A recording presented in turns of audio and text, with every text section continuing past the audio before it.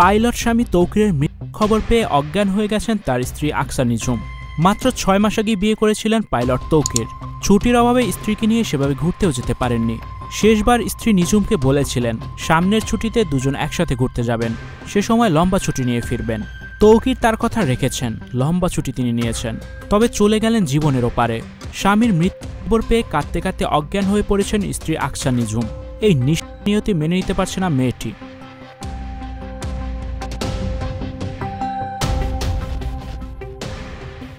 নিঝুমের হাতে মেহেদির রং এখনো শুকায়নি।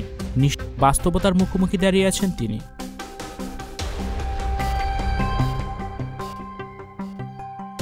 মাত্র 6 মাস তাদের বিবাহিত জীবনের, এখনো দুজনের ভালোমতো জানাশোনা হয়নি, পছন্দ অপছন্দ জানা হয়নি, একসাথে দেখা হয়নি অনেক কিছুই। সবকিছুকে মিথ্যে করে দিয়ে চিরদিনের জন্য চলে গেল তৌকির আহমেদ সাগর।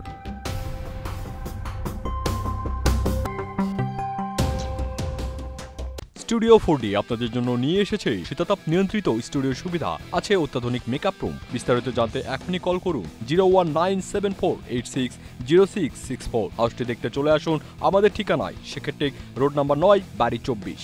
পাইলট তৌকিরের পরিবারে এখন শোকের মাতম চলছে।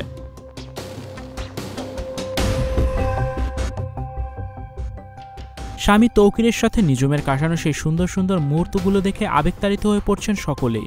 বিমান উড্ডয়নের কিছু সময় পরই যান্ত্রিক ত্রুটি বুঝতে পারেন পাইলট তৌকির আহমেদ সাগর।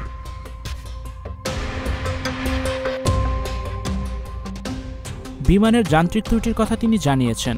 তিনি চেয়েছিলেন বিমানটাকে লোকালয় থেকে দূরে নিয়ে যেতে।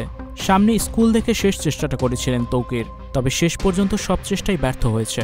শত চেষ্টা করেও দুর্ঘটনা এড়াতে পারেননি এই পাইলট। তবে তিনি চাইলে প্যারাসুট দিয়ে শতভাগ নিরাপদে বিমান থেকে বের হয়ে যেতে পারতেন, কিন্তু নিজের জীবন দিয়ে শেষ সময় পর্যন্ত তিনি চেষ্টা করে গেছেন।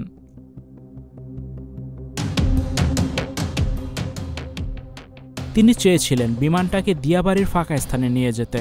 সন্ধ্যা 6টার দিকে আইসিইউ থেকে শেষ নিঃশ্বাস ত্যাগ করেছেন পাইলট তৌকির আহমেদ সাগর। ইতিমধ্যে হাসপাতালে জড়ো হয়েছে তার স্ত্রী, তার মা এবং তার অন্যান্য আত্মীয় স্বজনেরা। Icon focus 24 TV, powered by 4D Fourth Dimension। আমাদের চ্যানেলটি সাবস্ক্রাইব করে আমাদের সাথে থাকুন।